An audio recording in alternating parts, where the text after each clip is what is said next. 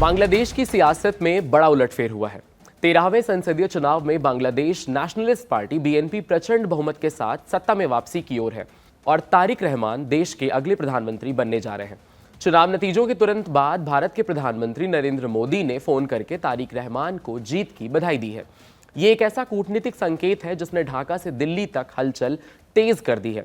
अब बीएनपी के वरिष्ठ नेताओं ने संकेत दिया है कि 17 फरवरी को संभावित शपथ ग्रहण समारोह में प्रधानमंत्री मोदी को औपचारिक निमंत्रण भेजा है।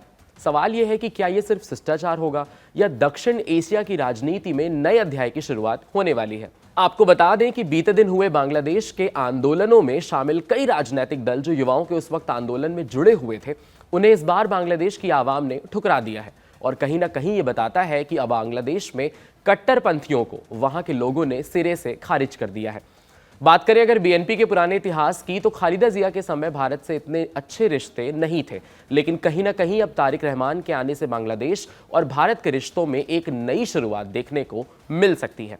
बांग्लादेश के ताजा चुनावी इक्वेशंस में एक और दिलचस्प पहलू सामने आया है कि नाहिद इस्लाम को अपेक्षित जन समर्थन नहीं मिल सका और वो प्रभावी वोट हासिल करने में असफल रहे हैं।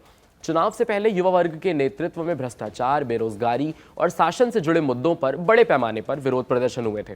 इन प्रदर्शनों ने राजनीतिक माहौल को जरूर प्रभावित किया और पारंपरिक दलों के खिलाफ असंतोष को हवा दी है। नाहिद इस्लाम ने सार्वजनिक रूप से इन युवा आंदोलनों के प्रति समर्थन भी जताया था और खुद को बदलाव के चेहरे के रूप में पेश करने की कोशिश की थी, लेकिन उसके बाद भी उनके सर पर सेहरा नहीं बंध पाया और चुनावी गणित में यह बिल्कुल अलग साबित हुआ। विरोध प्रदर्शनों की ऊर्जा को वोटों में तब्दील करना फिलहाल उनके लिए आसान नहीं रहा। मजबूत संगठनात्मक ढांचा, जमीनी नेटवर्क और संसाधनों की कमी के कारण वो व्यापक जनाधार नहीं बना सके। परिणाम स्वरूप भले ही उन्होंने आंदोलनकारी युवाओं के मुद्दों का समर्थन किया, लेकिन वो समर्थन चुनावी बहुमत में परिवर्तित नहीं हो पाया। ये दिखाता है कि सड़कों पर दिखने वाला जनाक्रोश हमेशा मतपेटियों में उसी रेशियो में साफ नहीं होता। भारत और बांग्लादेश के बीच करीब 4096 किलोमीटर लंबी साझा सीमा, सालाना अरबों डॉलर का द्विपक्षीय व्यापार और सुरक्षा से लेकर कनेक्टिविटी तक गहरे रणनीतिक रिश्ते हैं। ऐसे में अगर पीएम मोदी ढाका जाते हैं तो ये संदेश सिर्फ एक पड़ोसी मुल्क तक सीमित नहीं रहेगा, बल्कि पूरे क्षेत्रीय संतुलन पर असर डाल सकता है। लेकिन अभी तक दोनों सरकारों की ओर से आधिकारिक पुष्टि नहीं हुई है, तो क्या पीएम मोदी ढाका जाएंगे और अगर जाते हैं तो इसके मायने क्या होंगे, यही इस वक्त का सबसे बड़ा सवाल है। दक्षिण एशिया की राजनीतिक स्थिति या यूं कह लीजिए कूटनीति इस हफ्ते दिलचस्प मोड़ पर खड़ी है। एक तरफ बांग्लादेश में संसदीय चुनाव के बाद बांग्लादेश नेशनलिस्ट पार्टी यानी बीएनपी 300 में से 209 सीटें जीतकर बहुमत के साथ सरकार बनाने जा रही है। वहीं दूसरी ओर फ्रांस के राष्ट्रपति इमैनुअल मैक्रोन 16 से 19 फरवरी तक भारत के आधिकारिक दौरे पर रहेंगे। बीएनपी प्रमुख तारिक रहमान के 17 फरवरी को शपथ ग्रहण समारोह को लेकर ढाका में तैयारियां तेज हो गई हैं और इसी बीच ये अटकलें भी तेज हो गई हैं कि क्या भारत के प्रधानमंत्री पीएम मोदी इस समारोह में शामिल हो पाएंगे।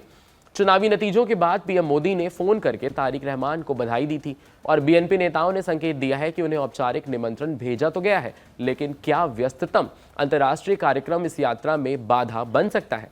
भारतीय विदेश मंत्रालय के मुताबिक राष्ट्रपति मैक्रोन 16 फरवरी की देर रात दिल्ली पहुंचेंगे। 17 फरवरी को उनका मुंबई दौरा तय है, जहां प्रधानमंत्री मोदी उनके साथ राजभवन के दरबार हॉल में एमओयू साइन पर हस्ताक्षर कर सकते हैं और संयुक्त प्रेस बयान में शामिल होंगे। मैक्रो का दौरा 19 फरवरी तक चलेगा। ऐसे में 17 फरवरी को होने वाले शपथ ग्रहण समारोह में पीएम मोदी के जाने को लेकर भी सवाल अभी बरकरार बना हुआ है। अभी तक नई दिल्ली या ढाका की ओर से कोई आधिकारिक पुष्टि नहीं हुई है, लेकिन कूटनीतिक हलकों में इस शेड्यूल को अहम माना जा रहा है। तारिक रहमान के नेतृत्व में बनने वाली इस सरकार के शपथ ग्रहण समारोह के लिए भारत समेत 13 देशों के प्रमुख को न्योता भेजा गया है। हालांकि प्रधानमंत्री नरेंद्र मोदी के इस कार्यक्रम में शामिल होने की संभावना काफी कम मानी जा रही है। इसके पीछे का कारण दोनों देशों के बीच हाल के दिनों में तनाव भी है और कहीं ना कहीं राष्ट्रपति मैक्रोन का दौरा भी है, बल्कि उसी दिन पीएम मोदी का बेहद अहम कार्यक्रम है। दरअसल 17 फरवरी को ही फ्रांस के राष्ट्रपति इमैनुअल मैक्रोन भारत दौरे पर होंगे। उसी दिन मुंबई में पीएम मोदी और मैक्रोन की अहम बैठक है। इसके बाद दोनों नेता नई दिल्ली में एआई इम्पैक्ट समिट 2026 में हिस्सा लेंगे। ऐसे में प्रधानमंत्री का उसी दिन ढाका जाना बेहद मुश्किल माना जा रहा है। संभव है कि विदेश मंत्री जयशंकर भारत का प्रतिनिधित्व कर सकते हैं। उधर बांग्लादेश के प्रमुख अखबार के मुताबिक इस बार परंपरा से हटकर शपथ ग्रहण संसद परिसर में होगा, ना कि बंग भवन के दरबार हॉल में। रिपोर्ट के अनुसार बीएनपी के नेतृत्व वाली नई सरकार राष्ट्रीय संसद के साउथ प्लाजा से अपने कार्यकाल की शुरुआत करेगी। नवनिर्वाचित सांसदों का शपथ ग्रहण समारोह भी सुबह 10 बजे और कैबिनेट का शपथ शाम को 4 बजे निर्धारित है। वहीं प्रमुख अखबार ने चुनाव आयोग के सचिव अख्तर अहमद के हवाले से कार्यक्रम की पुष्टि कर दी है। ढाका ने भारत, चीन, सऊदी अरब, पाकिस्तान, तुर्की, UAE, Qatar, Malaysia, Brunei, Sri Lanka, Nepal, Maldives, Bhutan इन सबको औपचारिक निमंत्रण भेजा हुआ है। बीएनपी के विदेश नीति सलाहकार ने भी ये कहा कि ये कदम क्षेत्रीय सहयोग को मजबूत करने के इरादे से उठाया गया है। उन्होंने इसे सद्भावना का संदेश बताया है और कहा कि अगर दक्षिण एशिया को मजबूत और प्रभावशाली क्षेत्र बनाने की सोच के तहत ये पहल की गई है। दक्षिण एशिया की राजनीति में भारत बांग्लादेश संबंध हमेशा सिर्फ पड़ोसी रिश्तों की तरह नहीं है, बल्कि रणनीतिक, सुरक्षा और आर्थिक समीकरणों का एक केंद्र रहा है। लेकिन ये रिश्ता हर दौर में एक जैसा नहीं रहा, कभी नरम, कभी गरम, कभी सहयोगी। ढाका की सत्ता में कौन है, इससे दिल्ली के साथ तालमेल की दिशा और गति दोनों बदलती रहती है। ऐसे में सवाल है कि बांग्लादेश नेशनलिस्ट पार्टी बीएनपी के दौर में रिश्तों की प्रकृति क्या रहेगी।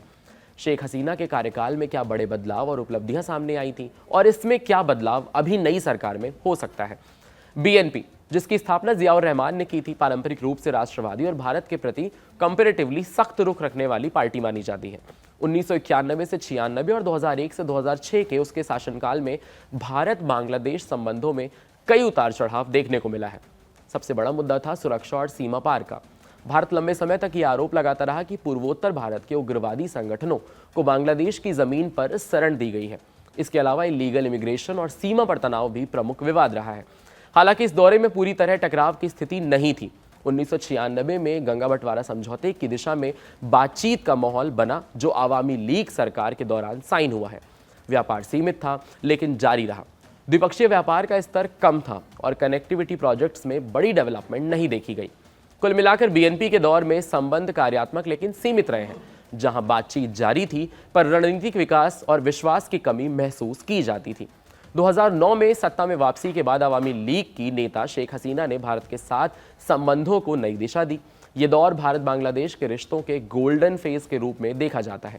सबसे बड़ी उपलब्धियों में 2015 का भूमि समझौता, जिसे लैंड बाउंड्री एग्रीमेंट कहते हैं, वो शामिल है, जिसके तहत दशकों पुराने एनक्लेव विवाद का समाधान हुआ।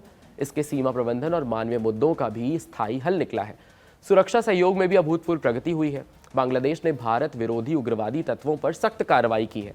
कनेक्टिविटी के क्षेत्र में बस, रेल और जलमार्ग सेवाओं की बहाली हुई है, जो 1965 के बाद बंद हो गई थी। बिजली, व्यापार, ऊर्जा, पाइपलाइन, डिजिटल कनेक्टिविटी, इन सब में भी एक्सटेंशन हुआ है। व्यापार कई गुना बढ़ गया और भारत बांग्लादेश का प्रमुख व्यापार साझेदार बन गया।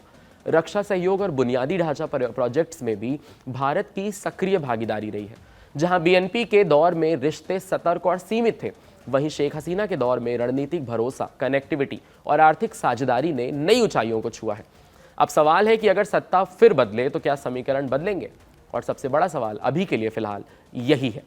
ऐसे ही अमेजिंग एक्सप्लेनर्स देखने के लिए कड़क के YouTube चैनल को सब्सक्राइब करिए, फॉलो करिए हमें इंस्टाग्राम पर और देखते रहिए कड़क।